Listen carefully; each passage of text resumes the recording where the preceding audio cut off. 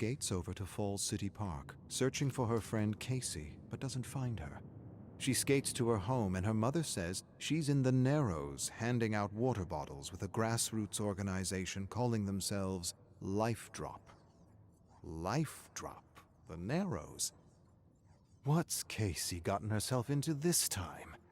You know Casey, probably some Save the Bees organization that just doesn't understand the way the world works. No such thing as the American dream anymore, only the corporate dream. And the corporate dream and the American dream ain't the same thing. She's read about the Narrows. Supposed to be the poorest and most polluted district in Falls City. Maybe it's because it's the poorest that it's also the most polluted. Maybe it's because of corrupt yet legal policy against those who can't afford the big lawyers to change or challenge the corrupt policy. Paper mills, car factories, toxic waste facilities, all dumping on the land and water. A few politicians set the dollar price to poison the environment, and an entire community of blue-collar workers pay the price, the ultimate price, with their health and lives.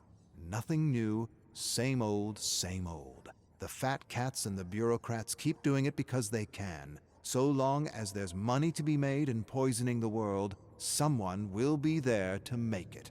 That's everywhere. Every city she ever read about, and Falls City ain't no exception. She used to care, but then there was too much to care about, and so she decided it was easier not to care anymore. Funny how that happened. All she cares about now is skateboarding, and finding the impossible place to tag. Whatever. Maybe she'll find something to tag in the Narrows. She skates down the street following Upper Falls River toward the poorest and most polluted district in Falls City. What are you and the moms doing? Nia approaches Casey and several middle-aged women handing out water bottles and cases to local residents. Casey turns to Nia. What are we doing? Anything we can to help.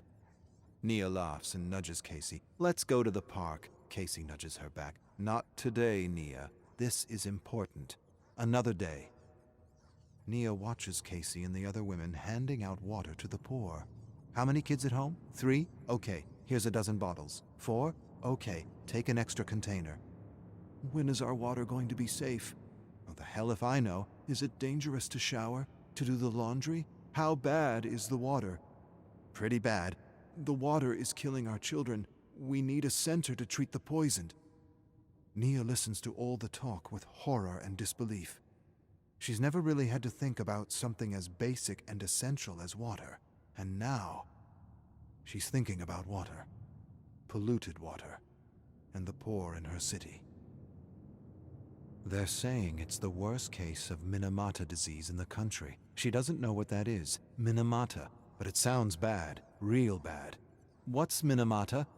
Casey looks upset or disturbed as she hands out another container of fresh water to a resident. It's what happens when people are poisoned with mercury. Nia sighs, feels for the residents, but knows shit happens and there's just not much you can do about it. We can't save the world, Casey. What's a few containers of bottled water gonna do? Casey freezes and gives Nia a look she doesn't quite understand. It's a moment before she responds. Yeah, well, maybe we can't save the world, Nia, but we can sure as hell make it a little bit better, and that's good enough for me. Can't save the world, but we can make it a little better, and that's good enough for me. Nia thought about Casey's response the entire night as she researched the horrors of the Minamata disease. Deterioration of motor skills, walking and speaking degenerate, random convulsions, paralysis, children born with twisted limbs, all permanent side effects of mercury poison. Mayor cut a deal with a beverage company. They rerouted good, healthy water from a clean lake for a bottled water facility that bought the rights to the water and connected the Narrows to the old river system. They thought no one would notice. They thought it wouldn't be that bad. They thought wrong. When mothers began losing their unborn children and everyone began to lose their hair, 50,000 residents began to notice. They noticed. They complained. But no one did a thing. Business as usual. Nia takes a deep breath and releases it slowly. She's never really had to think about water, and now that's all she's thinking about. Come see this creepy abandoned factory I just tagged. Casey shrugs. I have no time for your ego. Ego? What are you talking about? Casey shakes her head. Big deal, Nia. Your name on a ruined wall or whatever. Who cares? Why not stand for something? Say something. All that time and energy just to say you tagged a scary place? Whoopee, big fucking deal. Nia scrunches her face. She feels under attack. What's going on with you? Casey shrugs. I don't know. If you'd at least piss off a tyrant, you would have done something with your art, if that's what you want to call it. Nia doesn't say anything. She doesn't know what to say. She takes her board and heads down to the Narrows. She stares at the overgrown and abandoned factories lining the river. They came, they profited, they left. It's so stupid and it's so simple. You poison the water, you die. No money or power or law will change that. The Zyder production mill. That's where I'll do it. They dumped crap in the river for years, destroying the camping and fishing industry all over the country. 20 years later, the Narrows dies a slow, agonizing death, and there's no justice, and there probably never will be. There isn't even an investigation or a hospital or a center to treat the poisoned. The environmental agency says everything's fine, but it isn't. It really isn't. No one wants to say it's mercury poisoning. To admit to mercury poisoning is to admit fault. To admit fault is to help the Narrows and pay for a cleanup. The city doesn't want a lawsuit. No one is moving or doing anything, and yet children are suffering and dying. Children are suffering and dying, and no one is doing anything, and Nia can't stop thinking about them. Takes a special kind of evil to poison children. Something about the whole thing makes her want to get involved. Real involved, like her friend Casey. Maybe she should tag those so-called public servants who only serve themselves. Nia skates to the side wall of the bottling factory. They make glass and plastic bottles for fresh water and dump their chemicals and poisons in the river. How fucking stupid is this place? How stupid is the city and that bastard of a mayor to allow such a thing? She searches for the perfect spot, the perfect surface to tag. She sees a spot high up in the open. That should annoy them. She sneaks to the front door, sees a camera, spray paints the lens of the camera, begins to tag the wall. They poison water to provide bottles for good water. Absurd, ridiculous, unbelievable. Nia finishes her good work with time and paint to spare. She searches the premises and finds a large white garage door. Smiles. Perfect. She'll tag her name nice and big for everyone to see. That ought to piss off a tyrant, as Casey says. The cause is actually getting to Nia, and she wishes her art would piss the factory and the city enough for them to clean up the river. Wishful thinking. They came, they profited, they left. Left an entire community poisoned. Gotta be laws against that, and maybe even a death sentence for those who knowingly poison children. So you tagged their building. Big deal. Means nothing. You got your name out there. That's what you did. But what does that name stand for? Nia doesn't know how to respond to Casey. She's never really attached a message to her street name like others. It's just not something she thought she'd ever do. It's not about a message. It's about art. Casey says art is the message. Art is rebellion. Some call it preaching. Who said that? Who made that up? The corporations, Nia. Of course they did. Get artists scared of using their art, of saying anything against their abuse, and they win. Centuries ago, artists protested tyrant kings, and those tyrants did all they could to own or stifle their art through fear of poverty or fear of death. Nia, kings still exist. They do, just in different ways. Today, the kings are CEOs, and their kingdoms are corporations, and some are good kings, and others not so good. And the not-so-good ones have found other ways to keep artists in line, scare them in school, tell them not to make a statement, tell them to stand for something, appeal to all, just entertain and inspire, but don't say something.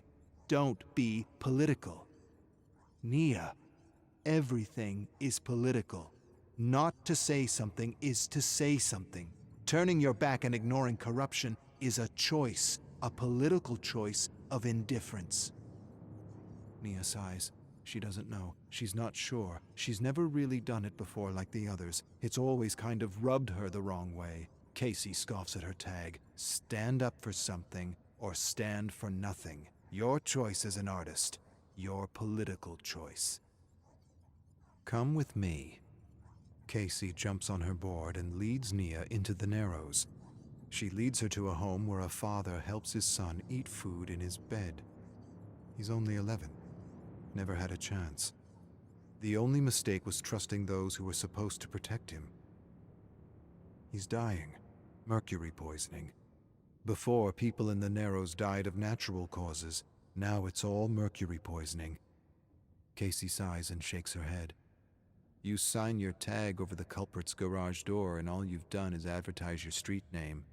I heard your bullshit about not using your tag for a cause. What's the use of a tag then? What's the use of a voice if you ain't gonna say anything, ain't gonna stand up for something?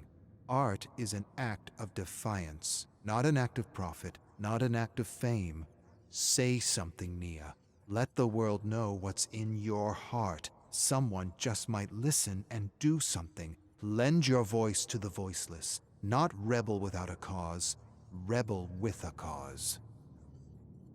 Nia thinks about what Casey said as she lies in bed staring at a glass of water. Casey's right, and Nia remembers a time when she wanted to say so much as a street artist. Somehow that got stamped out of her. She tries to remember how it got stamped out of her. The only thing she can think about is school. No messages, no politics, nothing. Just inspire and entertain. Yet corporations have messages in politics. Politics of selling. She remembers being told not to use art for politics. Yet who does that benefit? Kings. Tyrant kings trying to own voices or stifle voices by creating an inner self-editor that begins in school. Keep politics out of it. Keep politics out of it. Everything is politics, even the act of trying to stay out of politics. Politics. Fucking corrupt mayor. Bastard didn't just switch good water for poison water. He sold the good water to a corporate king. Absurd. Ridiculous. Unbelievable. She never heard of such a thing. No one should own the rights to water. No one. Water belongs to everyone, to all living things. Nia stares at a spray paint can on her dresser. She thinks of something to say. Something to make people stop and take notice. For the first time in a long time, she doesn't care if it's a message or a political statement. Screw her high school art teacher who made her feel insecure about making statements with her creations. Water is health. Water is strength. Water is a human right. Water is a human right. A basic human right. Nia is amazed at how many poor communities shower, bathe, cook, and do their laundry in poison water because a few kings bought the rights to their good water. It's absurd, ridiculous, unbelievable. She's never felt so involved in a cause before, and she likes the feeling. Possibly her first cause since school tried to stifle her voice with fear of making mistakes, of saying something, of having a message, of going against the corporate dream. Not the American dream, the corporate dream. Nia surfs the net and reads about the kings and their scramble for fresh water all over the world. She's happy to read it's not going so well. In every country where these tyrant kings tried to own fresh water, they were kicked out by the people. Yet these stories are difficult to find. Kings losing battles to peasants is rarely breaking news or news at all. Almost like the kings want to make sure no one gets inspired to fight against them as they desperately scramble to buy up all the water they didn't poison. They want it all. They want to sell it, and they don't want peasants getting in their way. Water is everything. Owning water is like owning life. Owning water is deciding who lives or dies. And that's what the kings and the mayor did in Falls City. They condemned and poisoned an entire community and did nothing to help them. And did nothing. Nia hopes in a higher justice, one that can't be owned or bribed, and she swears she'll turn the mayor's new luxury car into a work of rebellion. Can't change the world, but you can make it a little bit better. A little bit better. That's enough for her.